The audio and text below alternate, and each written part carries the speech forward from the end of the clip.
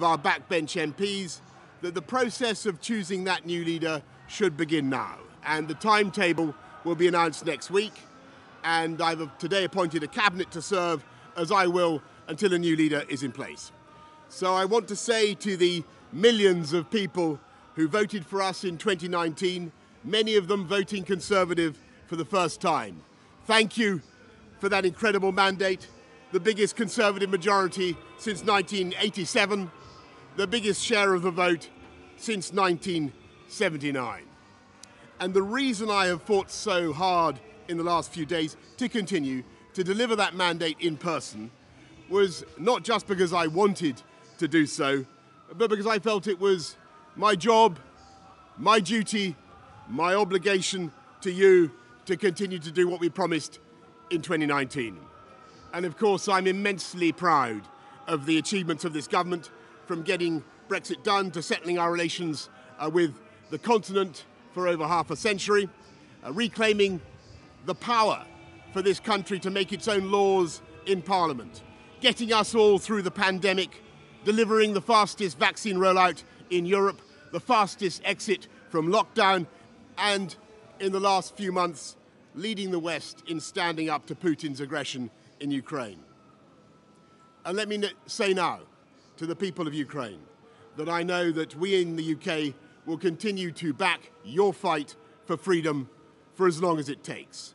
And at the same time, in this country, we've been pushing forward a vast program of investment in infrastructure and skills and technology, the biggest in a century, because if I have one insight into human beings, it is that genius and talent and enthusiasm and imagination are evenly distributed throughout the population, but opportunity is not. And that's why we must keep levelling up, keep unleashing the potential of every part of the United Kingdom. And if we can do that in this country, we will be the most prosperous in Europe. And in the last few days, I've tried to persuade my colleagues that it would be eccentric to change governments when we're delivering so much, and when we have such a vast mandate, and when we're actually only a handful of points behind in the polls, even in mid-term after quite a few months of pretty relentless sledging, and when the economic scene is so difficult domestically and internationally. And I regret not to have been successful in those arguments, and of course it's painful not to be able to see through so many ideas and projects myself. But as we've seen at Westminster, the herd instinct is powerful. When the herd moves, it moves. And my friends, in politics, no one is remotely indispensable.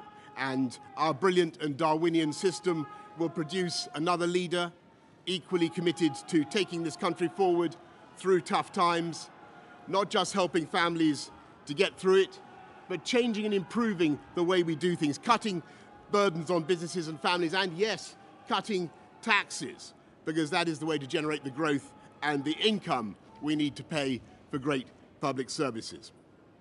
And to that new leader, I say, whoever he or she may be, I say I will give you as much support as I can.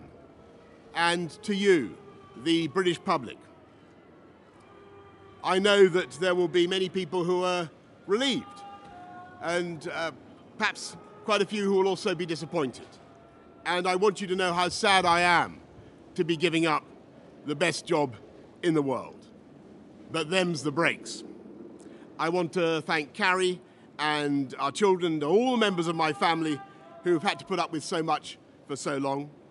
I want to thank the peerless British civil service for all the help and support that you have given our police, our emergency services, and of course our fantastic NHS, who at critical moment helped to extend my own period in office, as well as our armed services and our agencies that are so admired around the world, and our indefatigable Conservative Party members and supporters, whose selfless campaigning makes our democracy possible. I want to thank the wonderful staff here at Chequers, here at Number 10, and of course at Chequers, and our fantastic prop force detectives, the one group, by the way, who never leak. Above all, I want to thank you, the British public, for the immense privilege that you have given me. And I want you to know that from now on until the new Prime Minister is in place, your interests will be served and the government of the country will be carried on. Being Prime Minister is an education in itself. I've travelled to every part of the United Kingdom, and in addition to the beauty of our natural world, I've found so many people possessed of such boundless British originality and so willing to tackle old problems in new ways that I know that even if things can sometimes seem dark now, our future together is golden. Thank you all very much. Thank you.